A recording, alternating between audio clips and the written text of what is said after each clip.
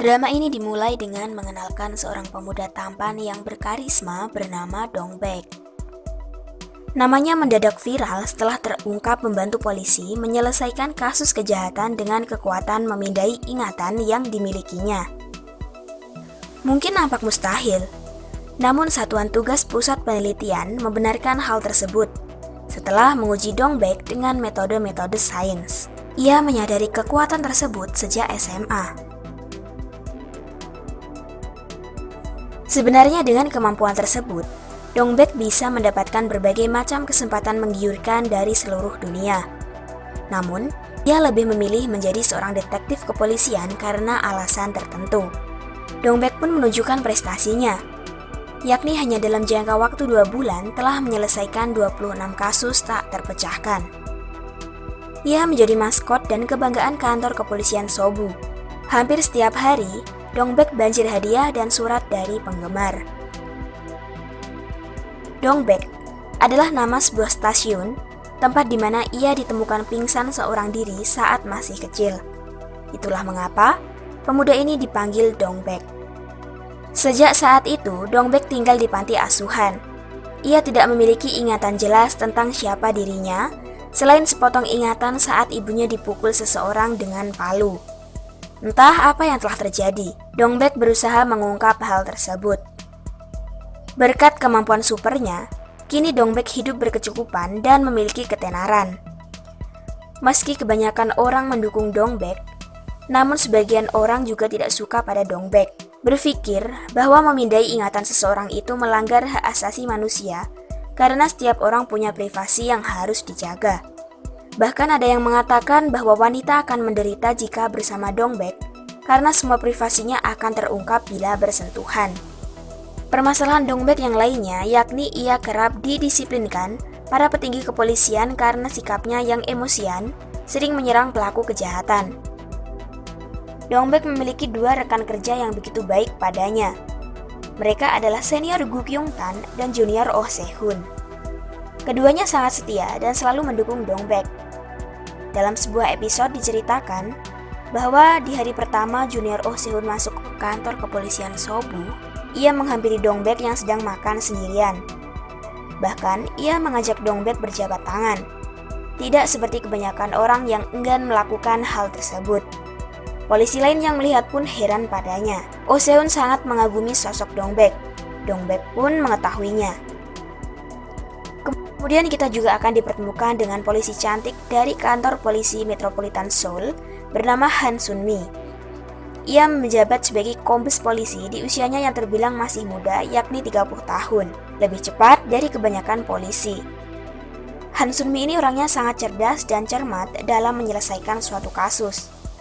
Bayangin Bung, udah cantik, pintar lagi, tentu banyak yang naksir kan? Nah, salah satunya adalah si tampan dari pusat data kejahatan yang Han Sun-mi bentuk.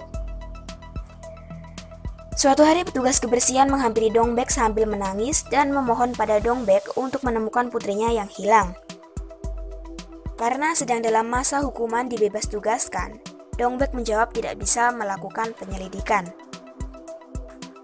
Namun di belakang ia melakukan penyelidikan secara sembunyi-sembunyi, tentu dengan dibantu kedua rekannya.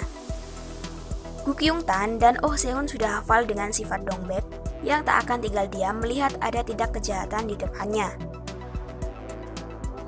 Dong Baek dan Han Sun-mi akhirnya berjumpa di sebuah rumah sakit ketika keduanya mencari petunjuk untuk menangkap penculik gadis yang diduga sebagai pembunuh berantai. Mereka pun melakukan berbagai macam penyelidikan yang panjang dan rumit. Melalui penyelidikan itu, mereka menemukan fakta bahwa seorang tokoh agama terkenal bernama Park Ki-dan adalah dalang di balik kasus penculikan dan pembunuhan tersebut, namun sangat sulit diungkap karena adanya relasi dan koneksi yang dimiliki Park Ki-dan. Park Ki-dan bahkan membayar pengacara sebesar jutaan won untuk melindungi kasus tersebut. Dan naas, putri petugas kebersihan itu tewas di tempat penyekapan. Dong Baek merasa sangat bersalah tidak bisa menyelamatkannya. Tim investigasi Han Sun-mi pun sempat dibubarkan, dan tim Dong Baek putus asa karena merasa jalan sudah buntu. Namun akhirnya Dong Baek dan Han Sun-mi bangkit. bekerja sama mengumpulkan bukti untuk menangkap Park Ki-dan. Dong-baek bahkan nekat menceritakan kejahatan Park Ki-dan di depan publik saat ia di persidangan. Meskipun hal itu sangat beresiko. Naasnya sebelum sah ditangkap, Park Ki-dan dilaporkan tewas karena dibunuh seseorang di depan jamaahnya. Anehnya, Dong-baek tidak menemukan petunjuk apapun ketika memindai ingatan mereka, seakan ada yang sudah menghapus ingatan ketika Park Ki-dan dibunuh. Merasa tidak mungkin ada orang berkekuatan super selain Dong-baek, Han Sun-mi pun mencurigai Dong-baek sebagai pelaku pembunuhan Park Ki-dan. Tentu Dong-baek menyangkalnya. Mereka jadi penasaran siapa sebenarnya orang yang mampu menghapus ingatan itu. Mereka menyebutnya si penghapus. Karena ada kasus pembunuhan baru, maka tim Han Sun-mi kembali ditugaskan. Han Sun-mi juga menyelidiki Dong-baek. Alibi Dong-baek sudah diperiksa dan kecil kemungkinan bahwa ia adalah si penghapus. Namun, Han Sun-mi masih tetap mencurigainya. Petunjuk kasus Park Ki-dan membuat tim Dong-baek dan Han Sun-mi bertemu lagi secara kebetulan di sebuah villa. Seorang pelukis wanita ditemukan tewas kering di situ. Dong-baek mengatakan bahwa mungkin itu adalah pembunuhan yang sama dengan Park Ki-dan. Artinya, si penghapus adalah pelakunya.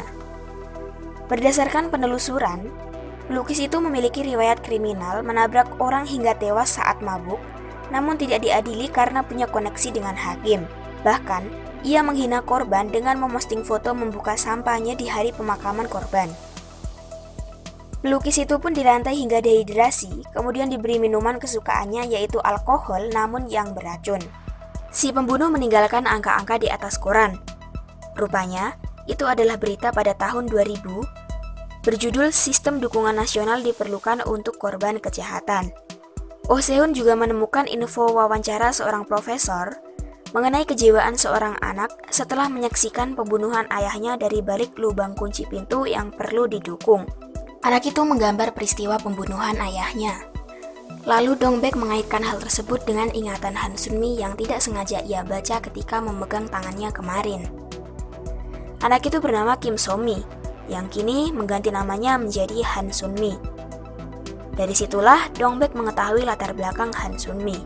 Ayah Han Sun-mi adalah ketua serikat sebuah perusahaan yang menyebabkan meninggalnya 17 orang. Mungkin karena itulah ia dibunuh dengan ditikam sebanyak 17 kali. Awalnya mereka mencurigai wartawan egois bernama Jo Sung-dong, karena Jo Sung-dong selalu datang ke lokasi pembunuhan sebelum polisi tiba untuk mendapatkan berita. Orang yang dikritik oleh Jo Sung-dong 20 tahun lalu selalu berakhir tragis. Dong-baek dan Han Sun-mi juga mencurigai mantan kameramen Jo Sung-dong yang bernama Jin Jae-gyu. Suatu hari, Jo Sung-dong ditemukan tewas oleh polisi yang datang memeriksa kediamannya. Kemudian polisi itu mengejar sosok berjaket hitam yang diduga sebagai pembunuh Jo Sung-dong. Ketika menyentuh sosok itu, tiba-tiba mereka tidak bisa bergerak. Saat ditemukan, kedua polisi itu juga tidak ingat apa yang telah terjadi. Maka sosok berjaket hitam itu bisa dipastikan adalah si penghapus ingatan. Dong-baek dan Han Sun-mi pun mencurigai Jin Jae-gyu sebagai penghapus. Secara, Jin Jae-gyu ini keturunan dukun, jadi tidak menutup kemungkinan bahwa ia adalah si penghapus. Namun, Jin Jae-gyu menyangkalnya dan mengatakan bahwa si penghapus sangat menakutkan karena Jin Jae-gyu tidak tahu bagaimana si penghapus merebut kesadaran dan menghapus ingatannya setelah diberi tugas. Jin Jae-gyu kemudian mengakui bahwa ia adalah kaki tangan yang melaksanakan perintah pembunuhan 20 tahun lalu. Namun, untuk yang tahun ini bukan dia yang melakukan. Motif dari pembunuhan ini belum ditemukan. Namun, nampaknya si penghapus ingin menghukum para pelaku kejahatan dengan caranya sendiri. Lalu, ia memanfaatkan Jin Jae-gyu yang memiliki masa lalu kelam. Jin Jae-gyu adalah anak seorang dukun, dan dukun itu adalah selingkuhan ayah wanita bernama Hwang Pil-son yang akan menjadi tokoh kunci di akhir cerita. Hwang Pil-son tidak menyukai dukun itu, lalu ia membunuhnya dengan cara meminumkan racun. Sementara Jin Jae-gyu kemudian dikurung di rumah sakit jiwa dan berhasil keluar. Ia kemudian hidup menjadi orang kaya dan menikahi seorang janda anak satu. Meski bukan anak kandung, namun Jin Jae-kyu sangat menyayangi anak itu dan tidak ingin anak itu terluka. Mengetahui istrinya selingkuh lalu berusaha membunuh anak dan dirinya untuk merebut harta, Jin Jae-kyu murka, lalu membunuh istri beserta selingkuhan istrinya tersebut. Jin Jae-kyu kemudian hidup terpisah dengan anaknya itu, namun tetap memantau dari jauh tanpa sepengetahuan anaknya. Bahkan saat dewasa, ia mengirim lelaki pilihannya untuk menjaga anaknya itu. Jin Jae-kyu kemudian diadili atas kejahatannya 20 tahun lalu. Di persidangan, ia mencoba bunuh diri, kemudian dilarikan ke rumah sakit dan berhasil diselamatkan. Pada akhirnya Jin Jae-kyu terbunuh karena berusaha menyelamatkan Han Sun-mi. Mungkin Jin Jae-kyu menganggapnya sebagai penebusan karena telah membunuh ayah Han Sun-mi. Dan orang yang membunuh Jin Jae-kyu bisa dipastikan adalah si penghapus yang menyamar sebagai polisi.